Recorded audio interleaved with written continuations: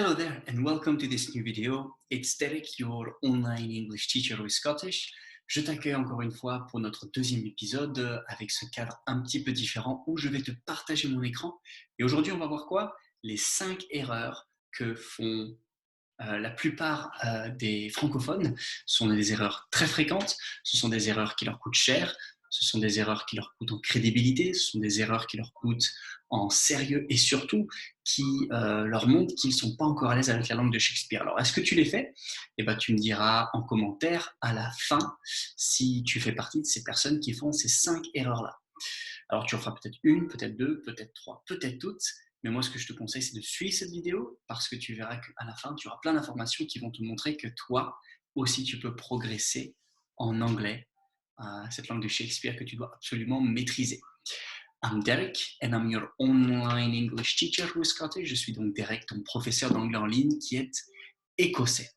Et alors que je suis en train, tranquillement, de trouver le bouton pour partager l'écran, tu vas devoir le voir arriver.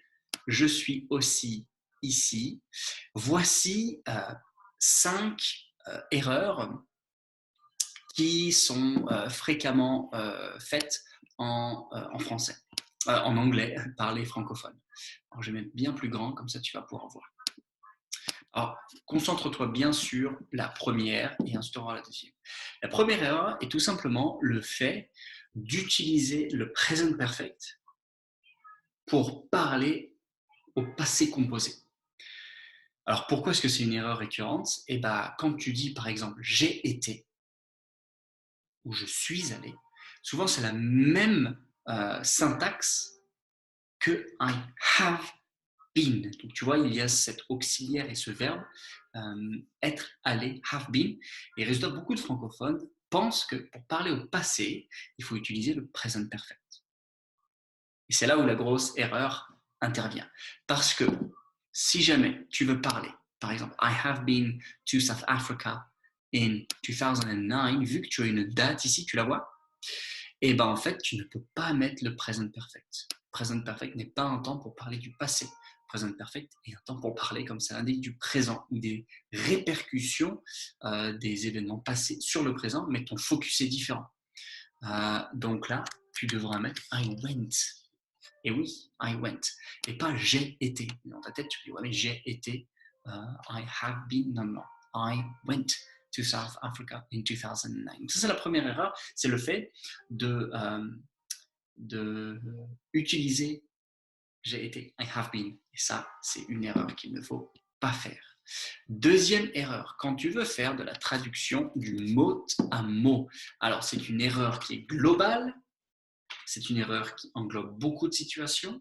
C'est qu'en gros, dans ta tête, tu penses que chaque mot a une équation en français, chaque mot français a une équation en anglais. Il faut que tu puisses relier du mot à mot. Alors, ça pourrait peut-être te dépatouiller un petit peu au début, mais ça ne marche pas. Et donc là, je vais te donner un exemple. Si tu veux dire je suis d'accord avec toi, et bien tu vas vouloir dire I am agree. Attention, I am ne marche pas. I agree. Tu dois tout de suite passer du sujet au verbe. Je, d'accord. Je suis d'accord en français, en anglais. I agree. I agree. Donc attention, deuxième erreur, la traduction du mot à mot. Problème global, exemple spécifique. Autre erreur, erreur numéro 3, c'est celle d'utiliser yes ou no, pas non, même si none existe en anglais, mais pas pour les mêmes raisons, d'utiliser yes ou no dans les phrases que tu utilises. Alors malheureusement, il faut voir que ce n'est pas une erreur en soi, utiliser yes ou utiliser no. Par contre, ça va devenir redondant, ça va devenir peu professionnel quand tu es face donc à un interlocuteur qui veut vraiment te permettre de sortir le meilleur de toi. Et c'est là où les choses sont extrêmement importantes. Premièrement, si tu veux remplacer yes par quelque chose, eh ben, tu as plusieurs options. Tu vas pouvoir avoir une option of course ou sure ou I do. Si quelqu'un dit do you like football? Au lieu de mettre yes, tu peux dire I do. Donc of course, sure ou yes sont tout simplement des synonymes qui sont beaucoup plus sophistiqués pour te permettre ou permettre à la personne de te comprendre quand tu veux parler, pour dire oui, tu acquiesces. A contrario, si tu veux dire no, eh ben, tu n'es pas obligé de dire no, tu peux dire nope, tu peux dire I don't think so, ou tu peux tout simplement dire I don't. Do you like football? I don't. Et donc, tu vois que ton yes ou ton no est à être remplacé pour être beaucoup plus fluide. Ça, c'est la troisième erreur, du toujours yes, no, alors qu'il y a des autres options. Quatrième erreur qui est fréquente chez les francophones, c'est les erreurs d'accord, sujet-verbe. Alors, si jamais je te mets These cars is good for 100,000 miles. Ces voitures sont prêtes à partir, sont prêtes à rouler pour 100 000 miles. Plusieurs choses, tu vois qu'on est au pluriel. Donc, c'est pas is, mais c'est donc are. Tu vois que là, ça me le corrige. Accord, sujet, verbe. Attention, il faut bien regarder si tu es au pluriel. These, c'est le pluriel de this, these, that, those. Donc, c'est are. Et donc, 100,000 miles, ça fait 106 900 km à peu près. 1 ciseau 9. Okay? 1 mile, c'est 1 km 609. 1 ciseau 9. Un ciseau neuf, un ciseau qui sort du magasin, il est tout neuf, un ciseau neuf. Dernièrement, des comparatifs qui sont non finis ou non terminés. Donc, vous n'avez pas terminé la comparaison. Si vous voulez comparer la qualité de vos cheveux, comparé à hier, my hair, attention, is, et là, on revient sur cet accord sujet-verbe, les cheveux est toujours singulier. Et si tu mets hairs, ce sont les poils. Alors attention, poils ou cheveux, il faut choisir. Mais bon, là c'est bien my hair. My hair is smoother and softer. Ben là, il manque quelque chose. Que quoi? Than his ou than yesterday.